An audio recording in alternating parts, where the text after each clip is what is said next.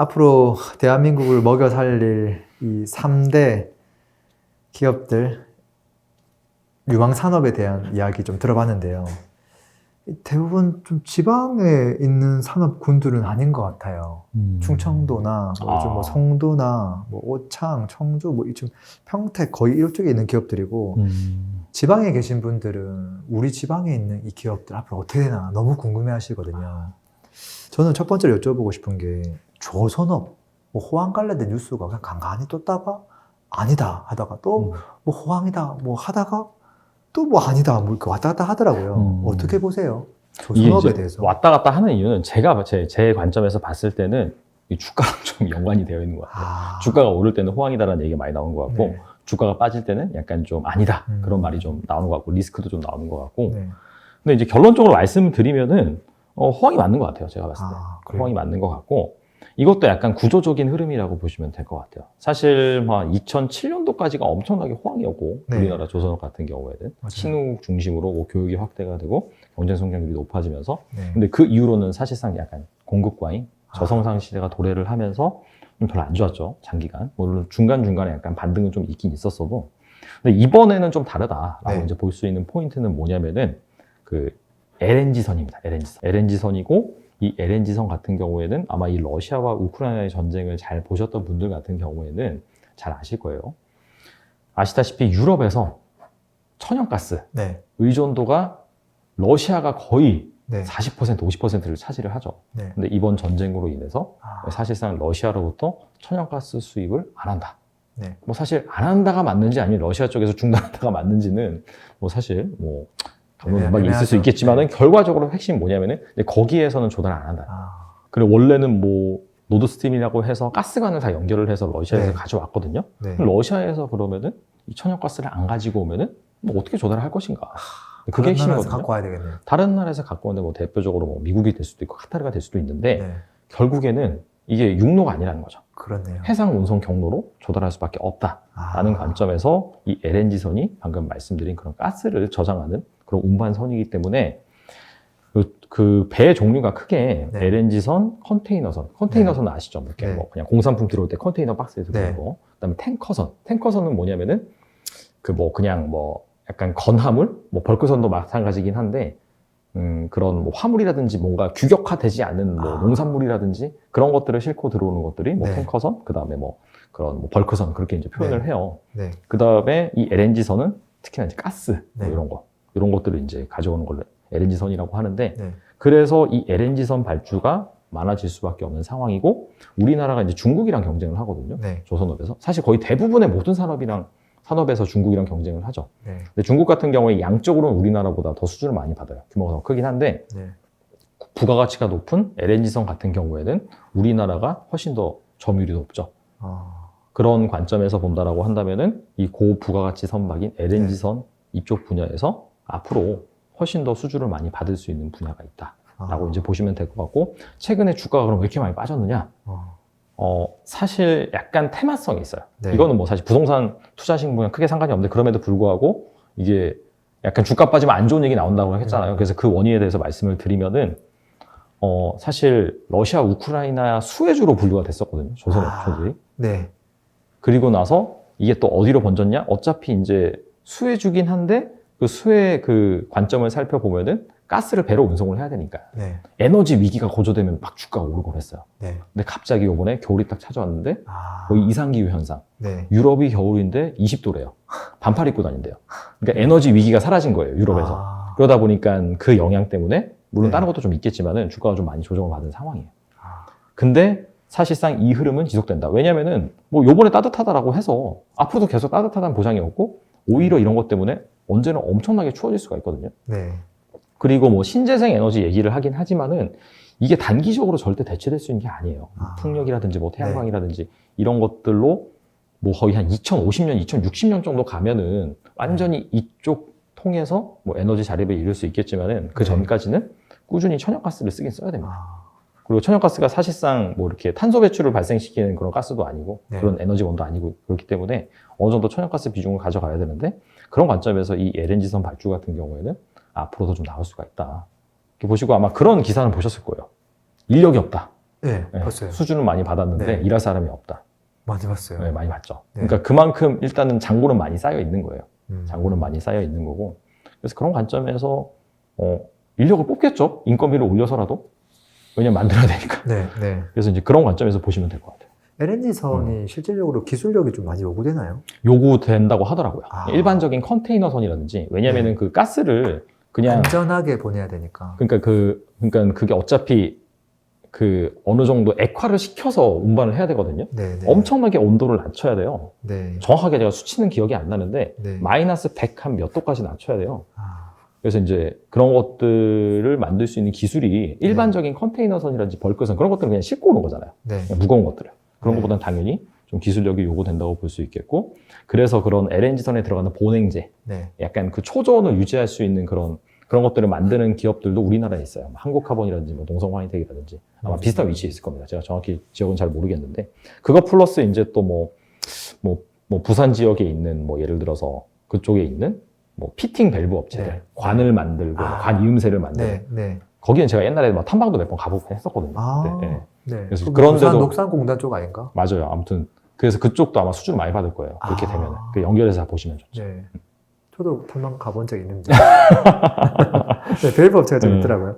조선하면 떠오르는 도시가 거제랑 울산이기는 하죠. 네. 네, 그리고 그 또 관련된 산업들은 다른 지역에도 좀 많이 있기도 하고. 야, 앞으로 우크라이나, 러시아 전쟁이 어떻게 보면은 조선업에는 장점이었네. 그렇죠. 사실 나비 효과라고 볼 수가 있는데, 뭐 그래서 사실 그런 밸류체인이 부각될 수밖에 없는 거였고, 또 네. 하나 추가적으로 말씀을 드리면 LNG 추진선이라고 있어요. 이건 뭐냐면은 친환경 연료 선박이라고 보시면 돼요. 아, 그러니까 지금은 사실 그냥 기름, 네. 석유 가지고 배가 움직이거든요. 네. 탄소 배출량이 어마어마합니다. 아, 근데 이제 LNG를 가지고 네. 엔진을 돌리는 그런 선박 같은 경우에도 우리나라 업체들이 기술력이 있어서, 그래서 일반 그런 선박 같은 경우에도 이 LNG 추진선으로 네. 대체될 가능성, 그런 것들도 고려를 해보시면은 또 이 부분도 약간 좀 포인트가 될 수 있다. 아, 철강도 좀 궁금해요. 특히 저쪽 많잖아요. 포항에도 많고, 광양, 좀 더 가면 뭐 당진에도 있긴 한데, 철강 산업은 어떻게 보세요, 작가님? 사실 이제 앞으로 그 질문 주신 산업 같은 경우에는 네. 딱히 좋다라고 말씀드릴 수는 없을 것 같아요. 아, 일단 예전에 좋았던, 그러니까 그것도 이제 스토리는 비슷해요. 조선업이랑. 어차피 정유화학이나 철강이나 그다음에 조선이나 그때 신흥국 시장이 막 성장을 할 때 중국 중심으로 한 네. 2000한 4년부터 2007년까지 엄청나게 성장했잖아요. 그때 다 엄청나게 돈을 번 그런 뭐 업종 산업이라고 볼 수 있는데, 일단 공통점인 게 뭐냐면은 이 중국 쪽에서 들어온 압박, 아, 이쪽에서 어마어마한 그런 증설을 하고 뭐 보조금 지급하고 관련 산업에 대한 육성을 지속하다 보니까 그쪽이 인건비가 저희보다 더 싸거든요. 네. 그러니까 점점 우리나라 점유율은 좀 감소를 하는 거죠. 제가 데이터를 보니까 2021년 기준으로 그 조강 생산량이라고 하는데 우리나라가 이제 3.7%예요, 전 세계에서. 6위 정도 합니다. 6위 정도. 6위 정도 하긴 하는데, 뭐 생산량을 떠나서 결과적으로 이제 중국에서 이 공급강이 완벽하게 해소가 되지 않았기 때문에, 네. 원래는 이제 그 철광석 가격이 오르면은 이런 네. 것들은 이제 제품 가격이 정가를 시켜서 네. 실적이 좋아지는 그런 사이클이 나와야 되거든요. 근데 이제 기본적으로 공급 과잉이다 보니까 그런 사이클이 안 나오는 거죠. 그래서 단순히 그냥 철강 정도로 보신다라고 한다면은 좀 애매하다. 그래서 요즘에 그 철강 업체들이 뭘 하고 있냐면은 2차 전지를 하고 있어요. 2차 전지. 아, 네. 그래요? 포스코도 마찬가지고. 오. 네. 포스코 지금 이제 사실 포스코가 그 홀딩스로 전환을 했죠. 아, 홀딩스로 전환을 해서 근데 보면은 그냥 그룹 내 그런 자회사들 세팅 자체를 네. 아예 그냥 그 리튬, 2차 전지의 핵심 원재료 아, 뭐 이런 것들을 이제 개발하는 업체, 뭐 내지는 아르헨티나 뭐 이런 데 가가지고 뭐 광산을 매입한다든지 원래부터 그런 소재 쪽을 준비를 착실하게 해왔어요. 왜냐면은 네. 그 철강 공급 과잉은 2008년, 9년도부터 사실 시작된 문제이기 때문에 네. 여기에서 이제 더 이상 성장이 힘들 것 같은데 아, 나가서 향후 먹거리가 뭐가 있을까라는 관점에서 계속해서 그렇게 준비를 하고 있고, 근데 포스코 케미칼 네. 여기가 원래는 그 철강 공정에 들어간 탈산제를 만드는 기업이었어요. 이쪽 네. 비중이 원래 컸었어요. 아. 한 2010 몇 년도까지만 하더라도. 근데 이제는 완전히 그냥 2차 전지 소재 업체예요. 아. 양극재 업체, 뭐 음극재 이런 것들 생산하는. 최근에 그 공급 계약 공시를 냈는데 역사상 이런 공시가 없었거든요. 네. 40조 규모 공급 계약이. 10년 동안 40조를 납품하는 그런 계약을 체결을 했는데, 그러니까 매년 작년도 매출액이 200%가 찍히는 계약을 했어요. 그러니까 그만큼 그 약간 좀 뭐라고 하죠? 컨버징을 잘했다.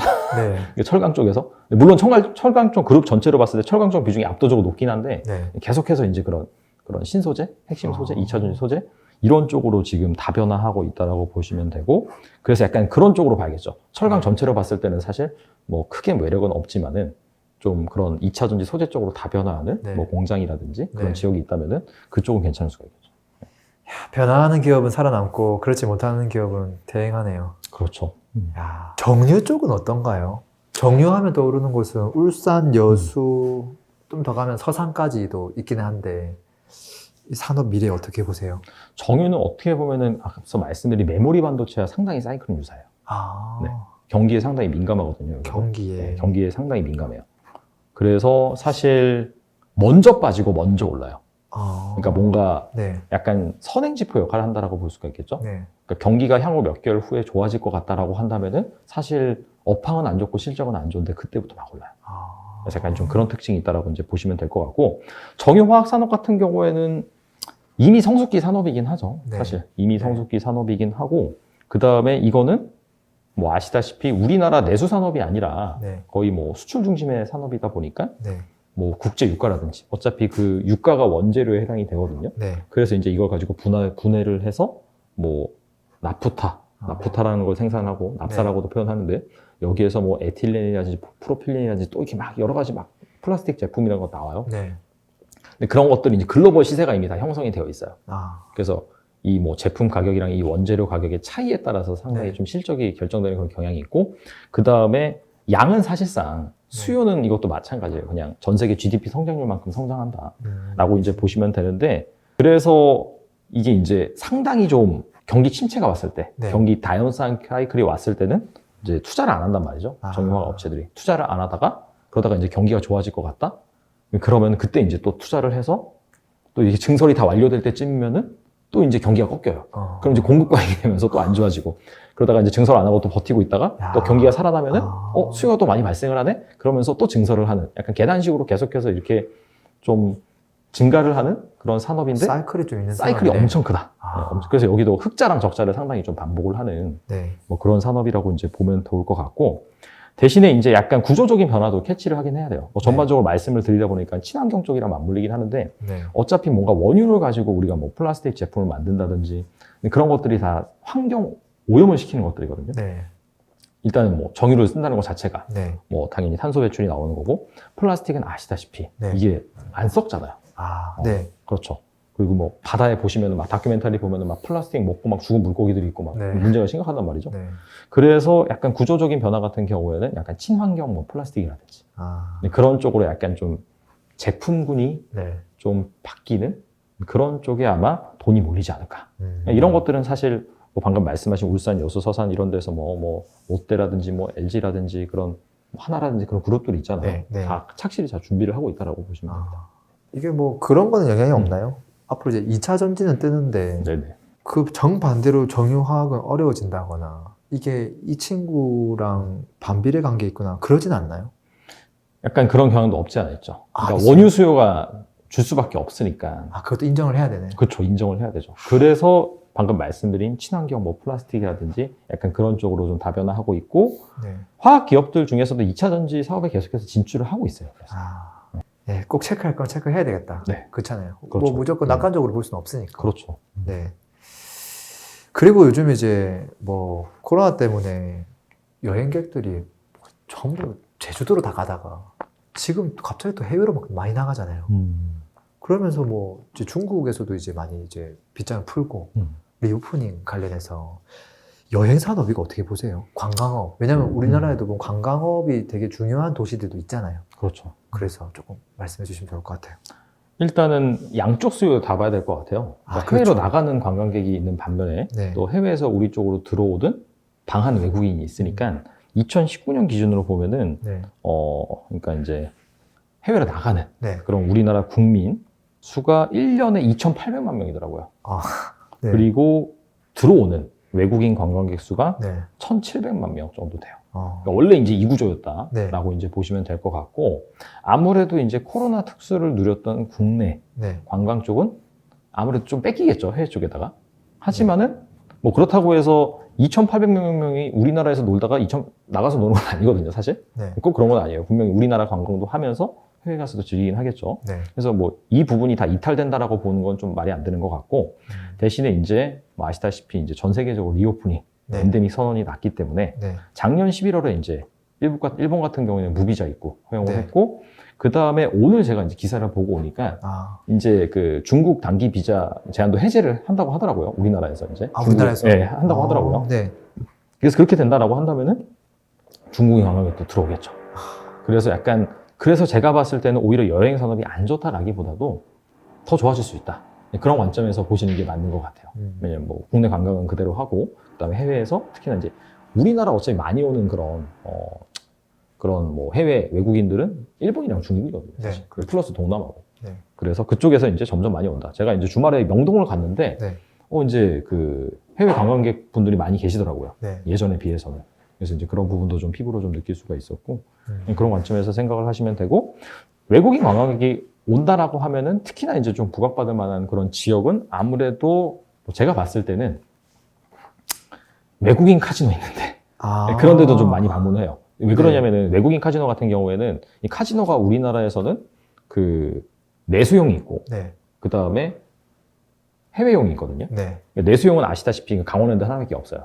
그렇죠. 하이원 리조트에 있는 그 강원랜드 하나밖에 없고, 나머지가 뭐 파라다이스, 네. GKL, 그 다음에 그 롯데 관광개발회사는 또 몇 개가 되긴 해요. 근데 거기는 외국인이 없으면 그냥 완전히 매출이 0원이에요. 그렇네요. 그래서 작년 한 3만 개까지는 거의 뭐 그냥 뭐 아시다시피 그냥 뭐 속된 말로 손가락을 빨았다라고 보시면 되는데, 작년 하반기부터 이제 슬슬 들어오기 시작하거든요.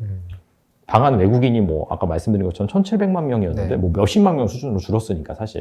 네. 근데 이런 부분이 올해는 본격적으로 더 늘어나겠죠. 그래서 제 생각에는 뭐 그쪽 상권이 엄청나게 활성화될 가능성이 있다. 일단은. 그렇게 하겠네요. 네. 그리고 이제 면세점도 마찬가지로 좀 볼 네. 수가 있겠고. 그래서 그쪽을 좀 잘 보시면 좋지 않을까? 라는 생각이 듭니다. 그리고 이제 또 하나 말씀드리면은, 이건 또 구조적인 변화인데, 네. 앞서서 제가 유망산업 3개 말씀드렸잖아요. 네. 그 중에 하나가 엔터 미디어였어요. 네.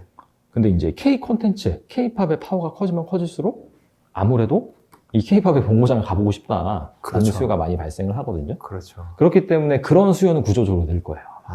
근데 뭐 이건 아무래도 이제 서울 쪽이겠죠. 수도권이라든지. 네. BTS가 한 번만 딱 나와가지고 우리 여수 세 번 딱 외치는 순간 여수 그냥 끝장나는 거잖아요. 그냥 폭발하겠네요, 그냥 진짜. 네, 그 반복 비트 한 번만 넣어주면 되는데. 그러게 진짜. 근데 그래도 좀 들어보니까 어디가 조금 이렇게 커지고 어디는 약간 한계가 있겠구나 하는 느낌도 약간 들긴 들어요. 그게 현실이구나 하는 그쵸, 생각도 그게 들고요. 현실이죠. 다 좋을 수는 없으니까. 네. 근데 그런 부분들을 생각하면서 또 뭐 부동산 관심 가질 때도 이 산업이 믹스가 되면 아무래도 이게 뭐 단기가 아니라 부동산 장기전이니까 산업이 바뀌는 변화도 마찬가지인 것 같고, 그래서 오늘 들었던 이야기들이 뭐 산업에 대한 이야기 주로 쭉 해주시긴 했는데 사실 이런 이야기를 어디 가서 듣기 쉽지 않은 것 같아요. 그리고 이렇게 눈높이를 낮춰가지고 하나하나 쉽게 얘기해주는 분이 거의 없는데, 오늘 나와서 좀 많은 소중한 이야기 많이 나누셔서 너무 감사합니다. 오늘 고생 많으셨습니다. 감사합니다. 불러주셔서 감사합니다.